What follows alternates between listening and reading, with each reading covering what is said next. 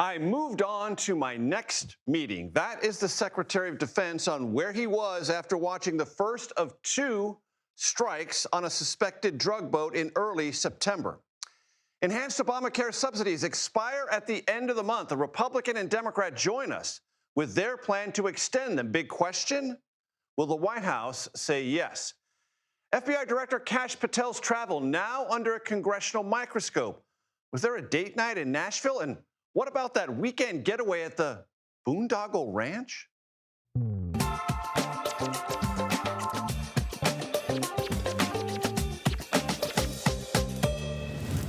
Hello, everyone. I'm Major Garrett in Washington. Let me welcome you to the Takeout. Tough stories in Washington tend to follow a pattern. First, there is a disclosure that rattles the power structure. Then, there is an effort to deny, confirm, or clarify, depending on how the damage can be contained. Then, a story is established that concedes some disquieting facts, but attempts to put them in a broader, more defensible, or slightly more palatable context. We appear to be in that last phase now, after the Washington Post reported that on September 2nd, in the first aerial strike on a suspected drug boat in international waters, 2 passengers survived but were subsequently killed in a second U.S. military strike. The Post reported Defense Secretary Pete Hegseth personally ordered that second strike. The White House and Pentagon at first denied that report. Then they acknowledged parts of it. Today came a bit more play-by-play, with Hegseth sitting next to the president during a cabinet meeting, confirming he watched the first strike on a live video feed. I watched that first strike live. As you can imagine, at the Department of War, we got a lot of things to do. So I didn't stick around for the hour and 2 hours, whatever, where all the sensitive site exploitation digitally occurs. So I moved on to my next meeting. A couple of hours later, I learned that that commander had made which he had the complete authority to do, and by the way, Admiral Bradley made the correct decision to ultimately sink the boat and eliminate the threat. Then came the broader context. President Trump said drugs kill more than 200,000 Americans a year. He's labeled drug cartels foreign terrorist organizations, and he has said the U.S. has all the proof it needs that suspected drug boats, if left alone, would deliver cargo sure to kill Americans. Therefore, the president said they should be eliminated. Hegseth added, by any means necessary. As I've said, and I'll say again, we've only just begun striking narco boats and putting narco terrorists at the bottom of the ocean because they've been poisoning the American people. And Joe Biden tried to approach it with kid gloves and allowed them to come across the border. Cartels take over community, 20 million people, hundreds of thousands of Americans poisoned. And President Trump said, no, we're taking the gloves off. It is always problematic to challenge a Trump narrative with facts. Trump will say anyone who challenges his exaggerations diminishes or ignores the underlying problem. So let us be clear. Drug deaths in America are a crisis, have been since the age of opioid abuse dawned more than 3 decades ago. U.S. government data shows 105,000 Americans died of drug overdoses in 2023. 80,000 of them linked to opioids, and most of those to its synthetic substitute, fentanyl. Preliminary 2024 data show 80,000 Americans died of drug overdoses, 48,000 of them from fentanyl. Now, as this show has explained before, government reports also emphatically note that fentanyl does not come from Venezuela or neighboring countries. It comes primarily from Mexico, with chemicals that originate in China. And most fentanyl, government reports confirm, arrive in America in vehicles crossing through ports of entry or other parts of the southern border. Now, more than 80 people have been killed in boats struck by the U.S. military in the Caribbean and Pacific, hundreds upon hundreds of nautical miles from U.S. shores. Today, 2 Republican senators spoke out about the facts as they are currently known.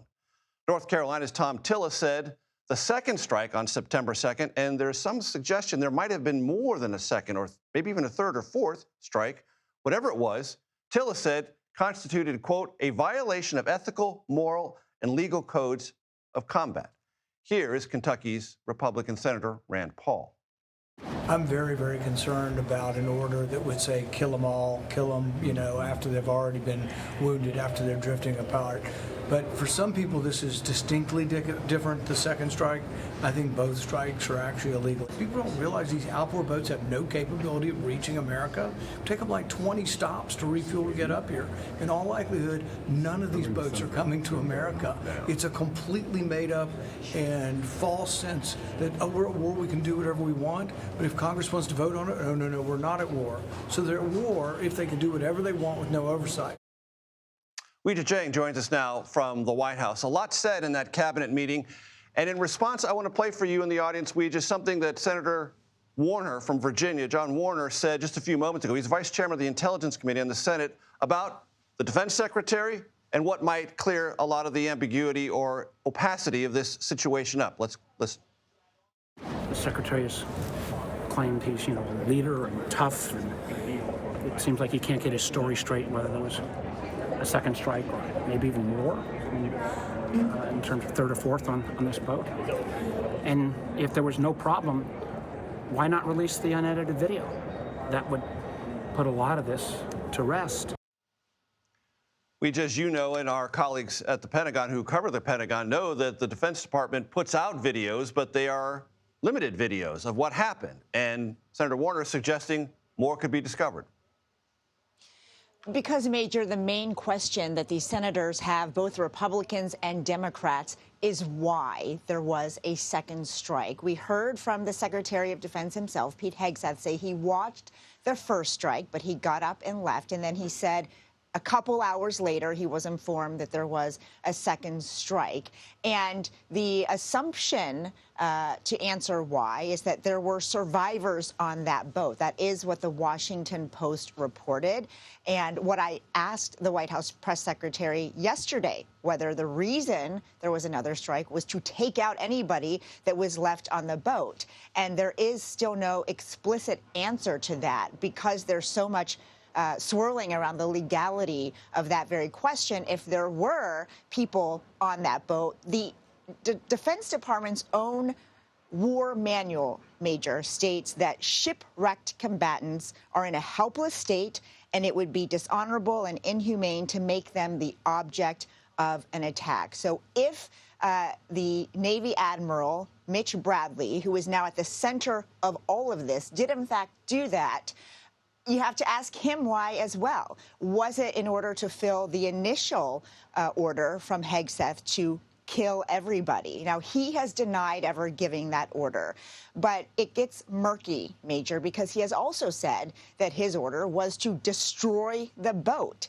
And they are characterizing the boat itself as a weapon, which President Trump also said because he claims each boat is responsible for killing 25,000 Americans with drugs. And so that is why they want to see the tapes. If there were, in fact, survivors after the first strike, presumably they'd be able to see those people on the boat somewhere.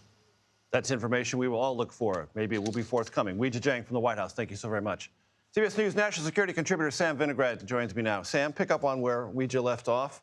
That manual she referred to at the Defense Department, does that put Admiral Mitch Bradley in an uncomfortable situation?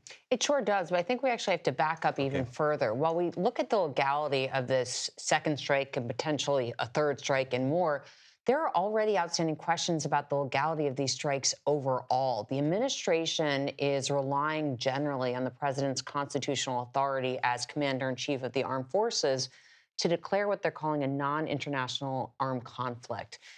Congress, certain members of Congress and various other voices are really questioning whether the president has the authority to just declare war anywhere that he wants without congressional authorization. Now, if we look at these specific strikes, Major, certainly there are questions about whether the individuals that are targeted can actually be viewed as enemy combatants. And then even if they are, the legality of striking individuals that are wounded, that are survivors, that are potential detainees is very clear. You just can't do it, whether under international law or domestic law. So I think we're going to see a broad discussion on the legality of these strikes overall, and then, of course, the follow-up strikes allegedly against survivors. And there's an important sequence, it seems to me, Sam, because in October, there were survivors of another attack, and they were rescued and taken to another country. Might that suggest that there was a quiet reappraisal within the Pentagon about this? It might. I think every case is different, and JSOC, the Joint Special Operations Command that is working on these operations for the administration, has various rules of engagement and different folks engaged in these operations. But overall, if we're looking at what they're actually striking, we still don't know that drugs were actually on these boats. And back to your cold opening, Major, there are options other than striking and killing individuals to try to interdict drugs that are being trafficked. The U.S. Coast Guard, the U.S. Navy have a lot of experience in this area. And this is not just a zero-sum game of striking people to try to stop drugs from coming to the United States or doing nothing. There's a lot of in between. And Sam, to remind our audience, when we talk about legalities in any sort of combat situation, there is the precise conversation about those whom the United States is interacting with, lethally or otherwise, but a broader conversation about what might happen to U.S. military personnel in another country in another situation. There's a big amount of concern within the military community and just the American public that if the United States is treating foreign nationals this way, that just generally speaking, this could open up members of the U.S. military to all sorts of operations that would put them in harm's way. So if we're treating folks this way, this could expose our service members overseas and also just Americans more broadly. We are using a definition right now of enemy combatants that is very vague. We are using a definition of an imminent threat to the United States that is very broad. And there's just a general concern that that's opening up a Pandora's box if other countries start taking the same approach. Sam Vinograd, as always, thank you so very much. The U.S. and Russia are moving forward with a new round of talks with the hopes, and that's a big word, hopes of ending the Ukraine war. Vladimir Putin hosted U.S. envoy Steve Witkoff and Jared Kushner, an unofficial envoy, at the Kremlin today. Putin has said the new U.S. plan could serve possibly as a basis for a deal to end the war, but he flatly rejects European counterproposals, saying they are, on his words, the side of war. That's interesting because, of course, Vladimir Putin launched this war back in February of 2022. Retired Marine Colonel Mark Kensian is here with me now to discuss. He's a senior advisor at the Center for Strategic International Studies. So, Mark, a couple of things. 4 hours of talks. Vladimir Putin is not enamored in any way, shape, or form of how the Europeans altered the original 28-point plan presented to the Ukrainians. But the United States seemed to be okay with that European plan. Where does that leave us? Up in the air. Okay. Where we've been before. Yes. Now, the good thing is that we have this shuttle diplomacy going on, and it's good that all four sides are talking to each other and that there are different proposals being put on the table. So maybe there will be some progress.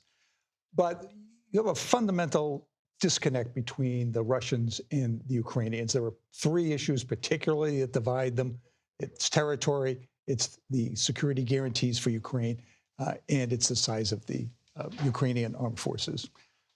And I read in the Reuters dispatch this afternoon that Russia has effective control over 19% of Ukraine, about 45,000 square miles, up 1% from 2 years ago. They have basically been slogging through this stalemate, losing thousands of soldiers per month or even biweekly. Are the costs for Russia endurable forever?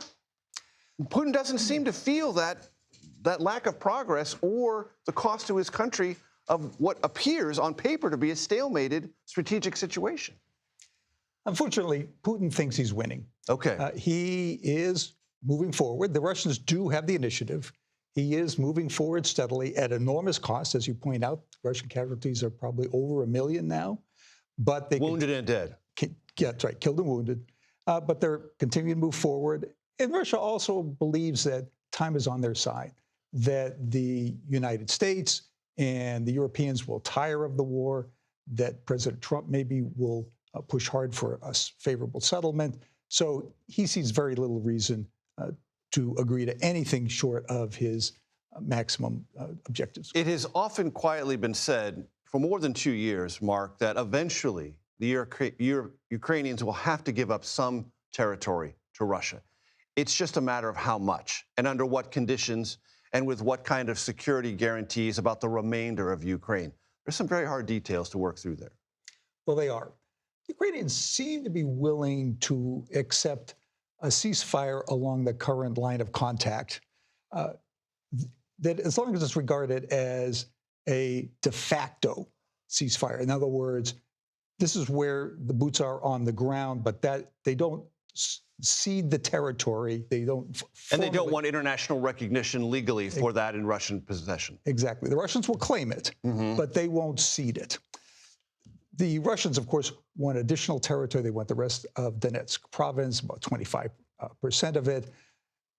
Ukrainians also want security guarantees, some tight security guarantees, a close relationship with NATO, and the Russians are insisting on no NATO membership whatsoever, no consideration of it ever. That's right, both on NATO side, that NATO writes it into its treaty, and that the Ukrainians put it into their constitution. That's a non-starter for the Ukrainians, isn't it? Absolutely. And it would be a non-starter for any sovereign nation. It would be, particularly Ukraine, which recognizes that the Russians will probably come back at them and that they need to rebuild their military and get security guarantees from the outside. Mark, let me throw a strange thought at you. Would not the Russians, whatever territory they gain in any deal, risk the very difficult situation of an insurgency of Ukrainians still in that territory, sniping at them, attacking them in wildcat, guerrilla-type ways? I mean, it seems to me that the seeds for that are already been planted. The hostility Ukrainians express to the Russian invasion is almost indescribable in its hatred. Wouldn't an insurgency be something the Russians are basically condemning themselves to in that part of eastern Ukraine? It's possible. There are some areas of insurgent activity behind the Russian lines, but not a lot. Okay. The Russians are extremely brutal in putting down insurgencies. They would put that down. But what they would face is a hostile population. In other words, the population might not be taking up arms, but they would not accommodate themselves to being Russian, and there would be all kinds of passive resistance and support for that on the outside. Which is why the original goal was to take over the entire country. Exactly. Frustrated every step of the way by Ukrainians with the assistance of the United States and Europeans in various forms. Mark, I appreciate the time. Thanks so much. Thanks for having me on the show. Time is running out for lawmakers to figure out, if they can, how to tame skyrocketing health care costs, at least as it relates to extended and enhanced Obamacare tax credits. Next, Republican Congressman Kevin Kiley and his Democratic colleague Sam Liccardo join me to talk about their plan to try to avoid that problem. Plus, House Democrats investigate Kash Patel's, he's the FBI director, use of a government plane, personal trips with his girlfriend that are causing some manner of concern. And he was convicted of helping move at least 400 tons of cocaine into the United States. Now this former Honduran president is free, all thanks to President Trump. More on that when we return. The Takeout comes back your way in 90 seconds.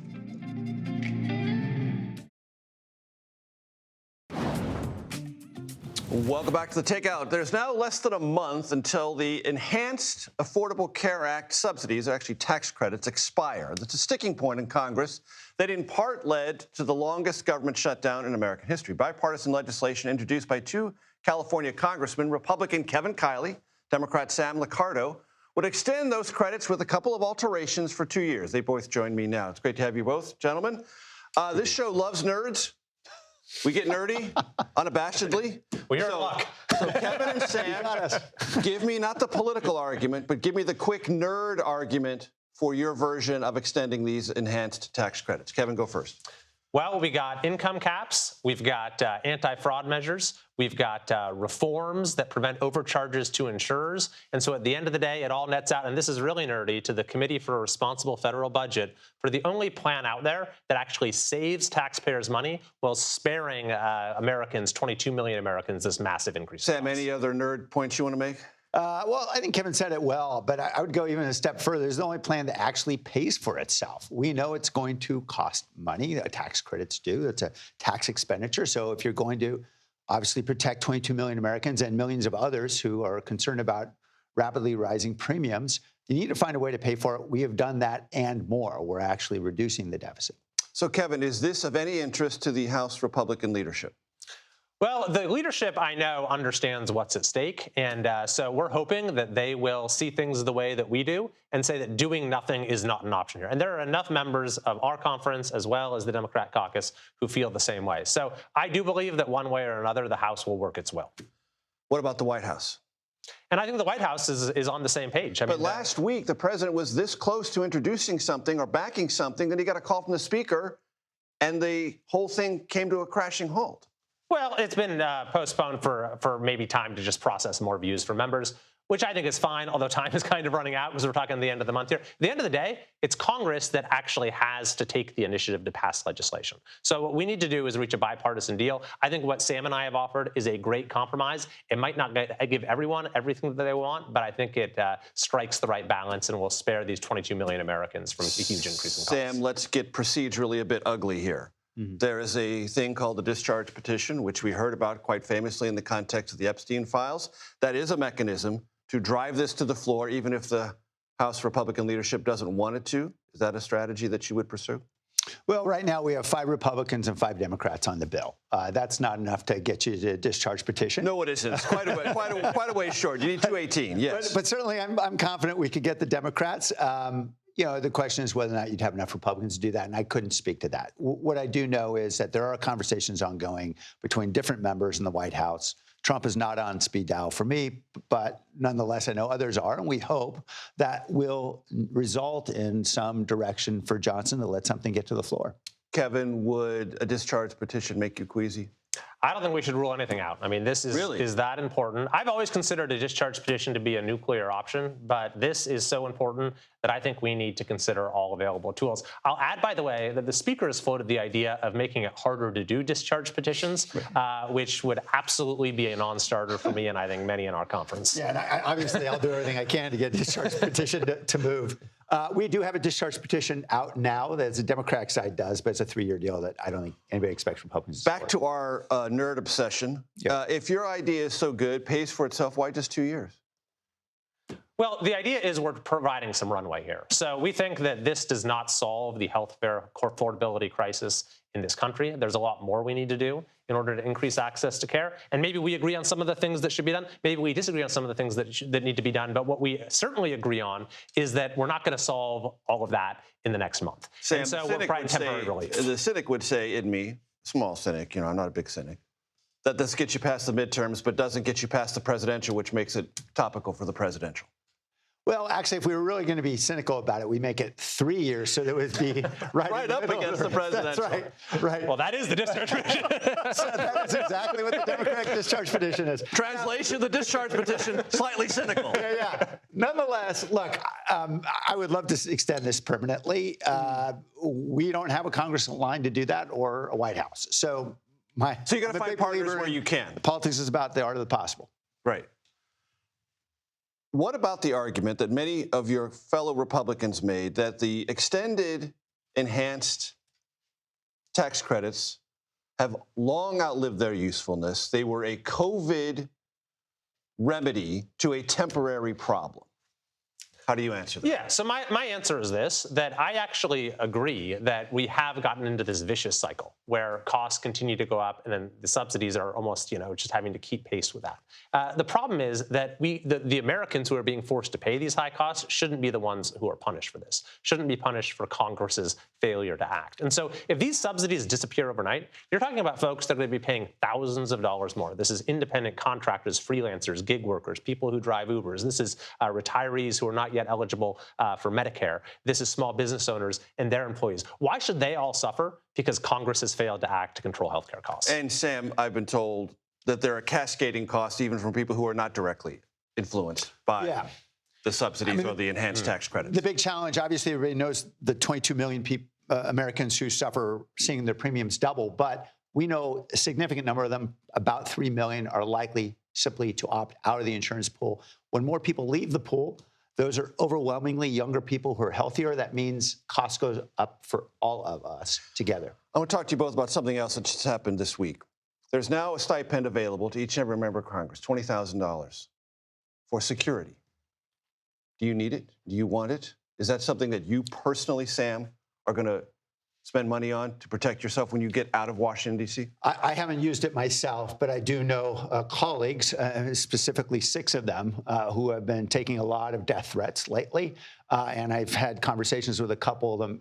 They were all featured on that video, of course, that went viral, about encouraging folks not to follow unconstitutional or unlawful orders. And they absolutely need the money.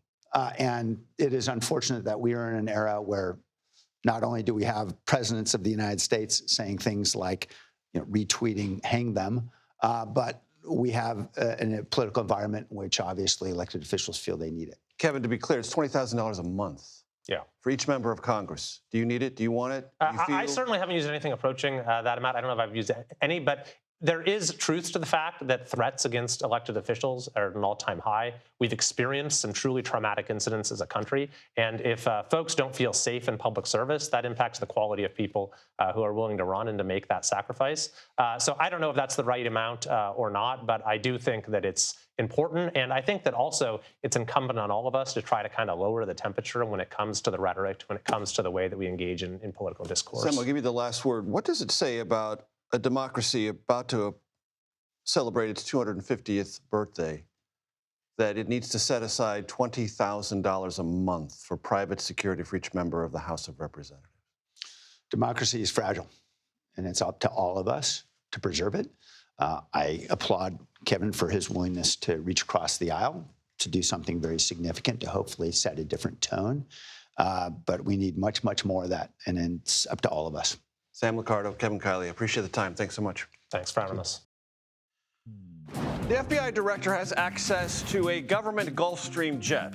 The current FBI director, Kash Patel, may have used it for personal reasons. That's made congressional Democrats pretty curious. More on that next here on The Takeout.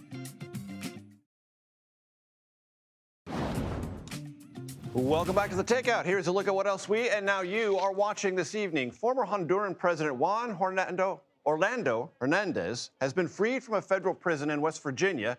This after President Trump issued a pardon. Hernandez was convicted of running a, quote, narco state that helped send cocaine to the United States. He had been sentenced to 45 years in prison for taking millions in bribes and helping move at least 400 tons of cocaine into the U.S. His release comes, interestingly, as the Trump administration says it is escalating its counter-narcotics campaign with bombing attacks on alleged drug boats. Democrats on the House Judiciary Committee have opened an investigation into FBI Director Kash Patel's travel. They allege that flight logs and social media posts show Patel used the FBI's Gulfstream passenger jet for several personal outings, notably flying to see his girlfriend sing the national anthem at a wrestling match at Penn State University, before then flying to Nashville for a date night. CBS News Justice correspondent Scott McFarland is following this story, joins us now. So this is not a question of whether or not these things happen, but whether or not they violated some sort of protocol or set of guidelines for the use of the FBI director and this particular jet. According to this inquiry from the Democrats on the Judiciary Committee, the social media posts by Patel's girlfriend show these trips happen, that open, accessible flight logs show the flights happen. The flight to Pennsylvania in October, the flight to Tennessee referenced, the one to Texas also referenced in the investigation by the ranking member of the Judiciary Committee. What they're arguing here is that they should have the flight logs, the names of passengers involved, the information and communication to and from the passengers involved with those flights to ensure there was no violation of protocols, of rules, of regulations. But the baseline issue here isn't whether the flights took place, it's the proper nature of the flights. Right. Does a official in the government, like the FBI director, have access to this plane for any purpose, and is there a reimbursement requirement? What the investigation is arguing is they want to get this information to see if there's a reimbursement requirement here, that this was a personal nature trip versus a work trip. But the FBI director, Patel, has been unambiguous since taking the post that he is taking the jet, the Gulfstream jet the FBI operates, because it's a requirement, a safety requirement in this supercharged threat environment. I think what Democrats have argued similarly unambiguously from the start is that Patel was one of the ones criticizing his predecessor for using the jet too often, for using it as a perk of office. To be doing it now, I think critics of the administration would say it's hypocritical at a minimum. Scott, if there was a Hollywood script, and this were a satirical Hollywood script, someone might invent a destination called Boondoggle Ranch. We don't have to invent that, do we? Yeah, the place in Texas to which he's accused of flying on this jet is called Boondoggle Ranch. It's a brand of some sort to lure people to spend their time and spend their money. I think the FBI has not commented on this investigation, or have they commented on our request for them to speak to this investigation. But I think what the House Democrats are doing here is making some noise. They don't have subpoena power. They are the minority party, but they sure have trained their sights on Kash Patel as a meaty target for noisemaking. And they think that this latest inquiry at least will cause some alarm bells to go off. They've set a deadline for responses from the FBI to their questions for later this month. We do not expect them to be furnished with answers promptly on this. We'll keep an eye on it. Scott MacFarlane, as always, thanks so much. Thanks, Major. Voters in Tennessee's 7th Congressional District heading to the polls today, the special election that is raising Democratic hopes and some Republican concerns. Our political panel standing by to weigh in on that and so much more. Next, here on the Takeout.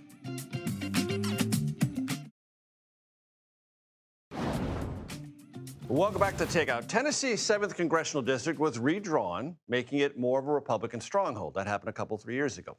But there's a special election today, and Democrats believe they can make up some ground in that race. Latest polling shows a surprisingly tight race within single digits, and almost $8 million in outside and campaign money has been spent on this race between the Republican nominee, Matt Van Epps, and Democrat Afton Bain.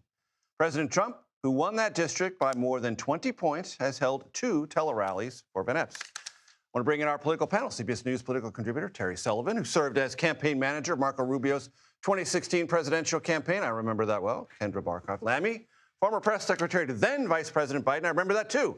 All right, here's why we obsess about this special election. It doesn't matter if Democrats win or lose. It matters more if they win. But even if they don't win, if the margin is, let's say, 5 to 8 or 9, that means a swing from 22 points to whatever it is, 8 or 9.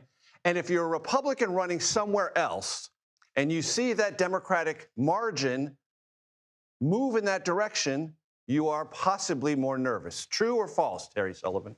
False, because here we are again. False, okay. Here we are again. That trying to wait a minute, I didn't see this one coming. Here we are again. They're trying to divine what a future election is going to look like by a current election, and it's not just the outlook. Look, if Democrats win this seat, then they should be worried. But if we're talking margins here, like it's going to be tough to see what that really means to project 18 months from now. You would caution against translating this to any larger context. Correct. I think it's. Here's what I would caution. I say you can pick up things, learn things from it, but it's not like, oh my gosh, and I feel like the media is going to have a panic. Kendra, and I know you've been on this side of the ledger. Isn't that what nervous majority parties always say about special elections? I'm pretty sure that they sent in the Speaker of the House for a reason the Monday after Thanksgiving, because I think they're nervous about what they're seeing in the polls. Internally polls, because there's not a lot of public polling on this. Internally, right. Correct. I think that they are nervous. I saw one Republican quote out there that a member from Tennessee, in fact, a Republican, said, I am nervous. Right. And that should tell you something. Yeah, but I do wonder, like, what was the logic, just raw politics here? Why send Johnson in? Was Johnson polling somehow really well in that? Like, does the Speaker of the House poll well in other congressional districts? They can't. I mean, Trump won't go anywhere right now. And Trump and all the ads for Van Epps do not say anything about Trump. They don't say anything about the Republican Party. They say taking on Washington. Well, who's the power structure in Washington right now? Well, I understand, but I guess I'm saying, why did Van Epps bring in Johnson at all? That seems like a little bit perplexing to me. Like, fight against, if you're not an incumbent, you should be against all those bums that are in Congress. I think he's trying to have it both ways, and I think the fact is that voters are going to the grocery store and are still seeing grocery prices up. They are going and trying to buy things for their Thanksgiving table, and things were more expensive. I see it every day. You see it. You see it. Prices are not down. Inflation is not down enough, and that is what voters are looking at. And they're saying, well, maybe it's time for a change, even in this district. So the Senate Majority Leader, John Thune, was asked just a couple of hours ago, do you have confidence in Defense Secretary Pete Hegseth? And he said, and I quote, he serves at the pleasure of the president. Terry, that's not a direct answer, is it? Yeah, look, no, it's not. But he's also been asked that question 15 times in the last 48 hours. Mm-hmm. So you can only say so many. Like, look, it's not his decision, and so he's what are the answers he can give. But he has an option of giving him a vote of confidence, yes, and you know that. Yes, absolutely. And I think that Pete Hegseth is pretty far out on a limb right now. And justifiably so? I don't know, because we don't know the facts. We don't know the facts, but from a perception standpoint, and what the White House has acknowledged and the Pentagon has acknowledged thus far? I mean, look, they're saying that a former Navy SEAL and commander is Mitch Bradley, the admiral, is at fault, and we haven't heard anything more on that. So I think this is one of those things that we're going to get to the bottom of this. Everything now has footage. There is footage of this. There is audio of this. We will know what happens. This is not going to be a secret. So I think it's a little bit of a wait and see. Virginia Democrat John Warner says, why don't you just release it unedited? Do you think that'd be a good idea? Well, I don't know that it'd be a good idea because we don't know what's on it. And again, like Mark Warner, I'm sorry, Mark Warner. No. We don't know what's on it, and just blindly releasing, military operations stuff without unedited may not be, especially if it's the Navy SEALs doing it, may not be a great idea. But I do think that the Senate, look, and there are Republicans in the Senate who say we want to see the tapes, right? And I think that's what we need to wait and see. Kendra, it was a different era. There was a John Warner in the Senate just a long time ago. I do remember him. I'm dating myself, but that happens all the time. I've been around way too long. Your thoughts on where this thing currently is? I think that people are calling for transparency and they're not seeing it yet. And for a Trump administration to be out there saying we're the most transparent administration in the history of the world, we're not seeing anything. If only he did as many press conferences as Joe Biden. Oh wait, never mind. That is not about transparency. No, but you can't say that the media does not have access to the President of the United States. That is different. He's given Joe more Biden access. doesn't yell at the press and demean them and insult them Doesn't publicly. remember their names. Anyways, back to Pete Hegseth and what we are looking at, I think this is a real problem. I think if the Trump administration really wanted to do the right thing by going after terrorists, narco-terrorists, they should board these boats. They should follow them back to their countries and figure out who is sort of the centralized hub of what they're doing. We know that these drugs are not coming, the fentanyl is not coming from Venezuela, it is coming from Mexico, and they're using this as an excuse. You get the last word. Terry Sullivan, Kendra Barkoff-Lammy, thank you very much. Coming up, a look at China's methods, motives, and campaign to steal America's business and trade secrets. But before we go to break, just moments ago, the holiday season here in the nation's capital kicked off with the U.S. Capitol Christmas tree lighting ceremony. The tree, a 53-foot red fir, comes to Washington from a national forest in Nevada. Yeah, Nevada, believe it or not. You're watching The Takeout.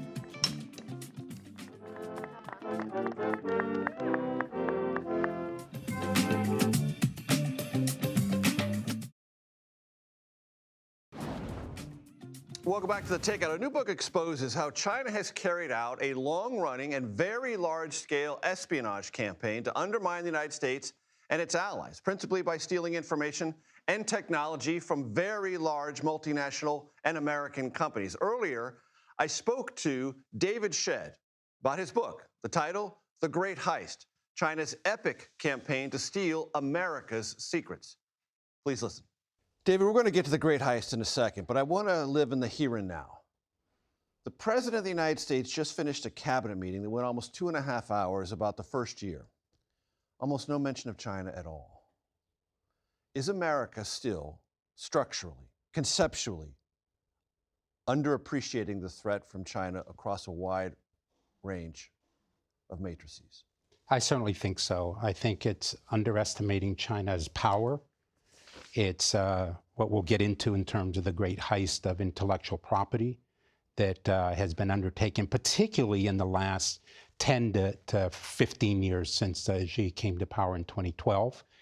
And I think that there is largely an underestimation of what China can and will do to us over time and has already done to us, with an estimated $225 billion a year, up to $600 billion that is taken in the greatest wealth transfer, as General Alexander of the National Security Agency a good number of years ago said is taking place, supported by Chris Wray and the FBI and others. And that's part of the heist that's in the title, The Great Heist. Exactly, exactly. And it's an epic campaign on their part, undertaken particularly, like I say, in the last 10 years of Made in China 2025, in which the Chinese Communist Party, identified 10 areas that they were going to be either on par with the United States and the West more generally, but the United States is at the center, or surpass us. And they have surpassed us in a number of areas as well during these 10 years.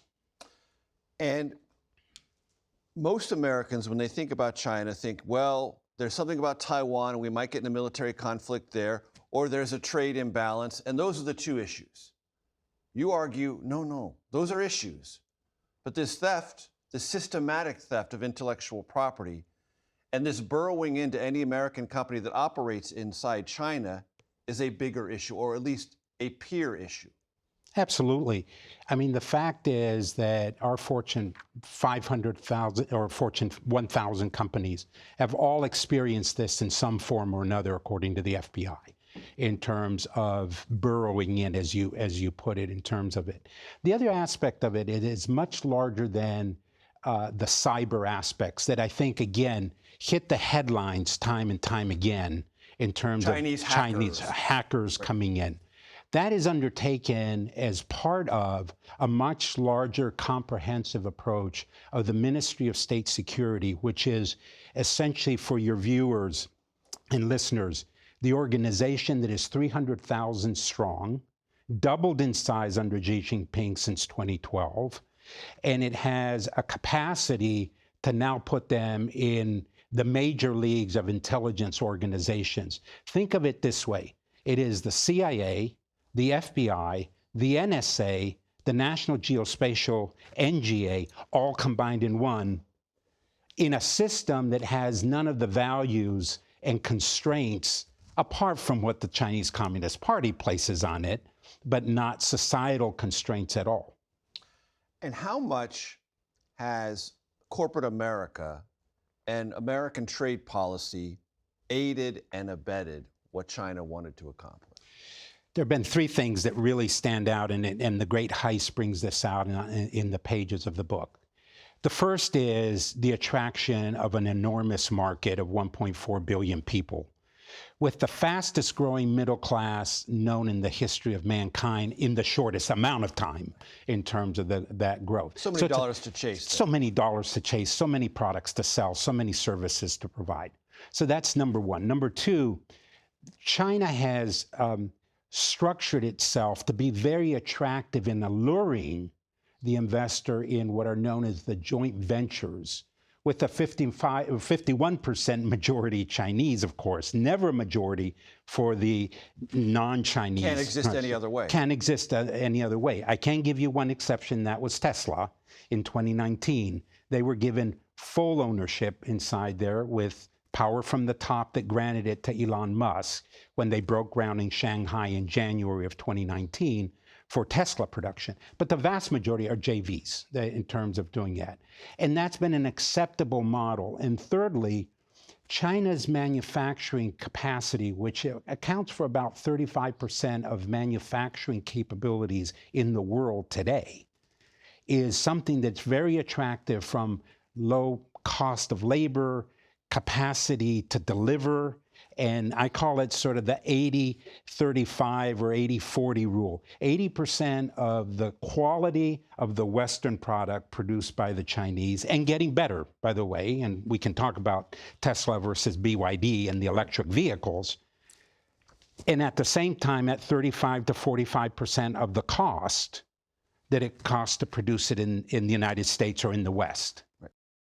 You can listen to the rest of my conversation with David Shedd on your favorite podcast platform. Happy Tuesday, everyone. This is The Takeout. Relentlessly curious, reliably civil, occasionally clever. The Daily Report is coming up next.